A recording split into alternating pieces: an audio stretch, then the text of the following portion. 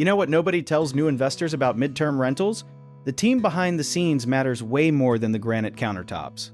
Picture your property ops team like a basketball team, except instead of scoring points, they are scoring occupied nights and happy tenants.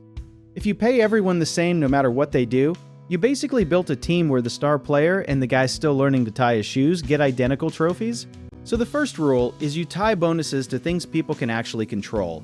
Do not bonus someone on total revenue if they have zero say over your pricing strategy. That is like grading a chef on how good the farmer's tomatoes were. Let's talk occupancy rate first because that is the heartbeat of this whole business. A healthy midterm rental usually wants somewhere around 85% occupancy, and your leasing or booking coordinator should have a bonus tied directly to hitting that number consistently. Then there is average length of stay, which sounds boring but is secretly a superstar metric. Longer stays mean fewer turnovers mean less cleaning chaos, and less cleaning chaos means your maintenance team is not crying into their coffee every week. Speaking of maintenance, response time is where a lot of operators mess up their KPI structure completely.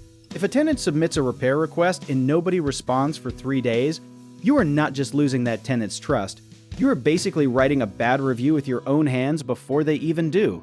A good target is responding within 24 hours and resolving within 72 hours for non-emergency issues.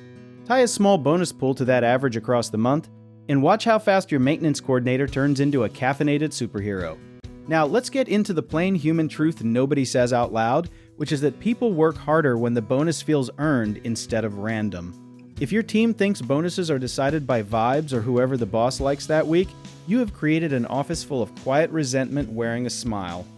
That is why transparent scorecards work so well. Something simple like a monthly one-page sheet showing occupancy, satisfaction score, turnover time, and response time side by side. When people can literally see the scoreboard, they stop guessing and start competing with themselves instead of gossiping about favoritism.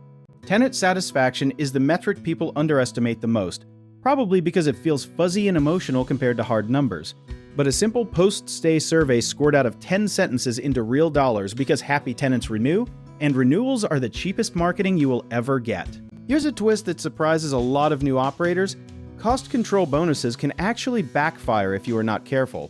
If you only reward someone for spending less money, they might start ignoring maintenance requests just to protect their bonus, which is basically training your team to be penny-wise and reputation foolish. The fix is pairing cost control with quality metrics. So saving money only counts as a win if satisfaction scores stay high too. Think of it like a diet. Sure, you want to cut calories, but not by skipping meals and passing out at your desk.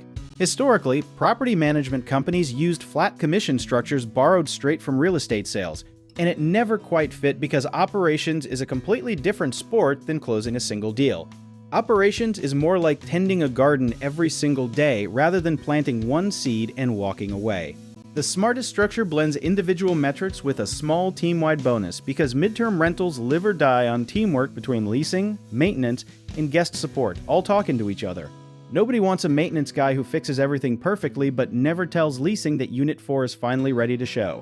So if you are building this system, start small, track 4 or 5 real numbers, keep the formula honest and visible, and adjust every quarter like you were tuning a guitar instead of rebuilding the whole thing. Do you want to learn more about how we build these systems? Check out the links in the description below.